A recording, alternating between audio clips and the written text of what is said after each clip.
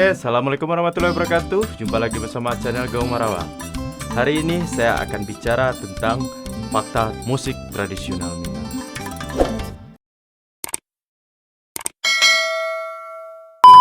Oke, ini hanyalah versi saya. Jika Anda ada pendapat lain, silahkan tulis di komentar. Tapi ini adalah hasil analisis saya sendiri terhadap musik tradisional Minang.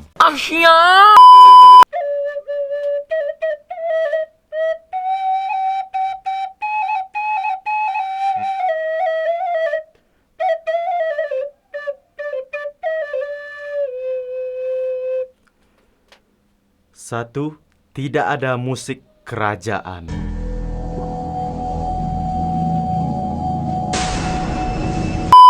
Oke, seperti kita tahu, Minangkabau itu terdiri dari beberapa suku-suku.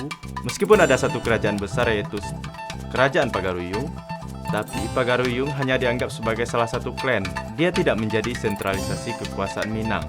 Jadi, musik Minang umumnya berkembang dari tiap-tiap suku yang ada di Minangkabau. Jadi, musik Minang adalah milik para suku-suku atau klan-klan yang ada di berbagai desa atau berbagai nagari.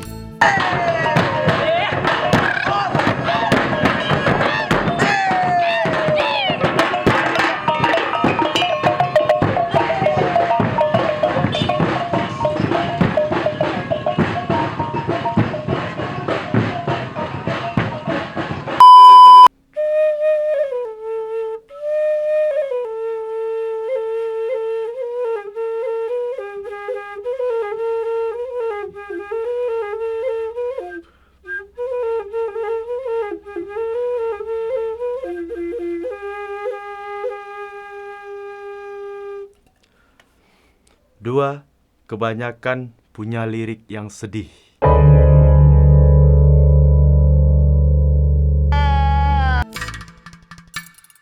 Ini hanya analisa saya terhadap beberapa dendang-dendang yang tersebar di Minang. Dendang-dendang Minang pada umumnya berisikan tentang ratapan-ratapan, tentang susahnya hidup, tentang kehilangan anak, atau pergi merantau, atau kematian orang tua dan sebagainya. Dalam Mamangan adat Minang, kesenian sebagai parintang hari, parintang hati narusuh. Artinya, setiap curhatan, setiap kegundahan, kerisauan orang Minang biasanya diungkapkan melalui nyanyi-nyanyian atau dendang-dendang atau bermain alat musik.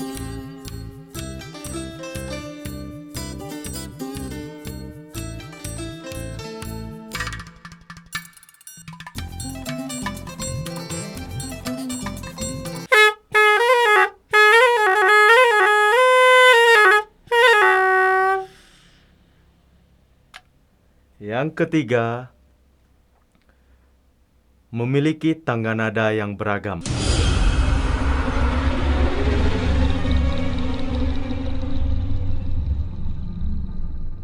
Seperti kita tahu, banyak ragam tangga nada atau scale di musik tradisional Minangkabau.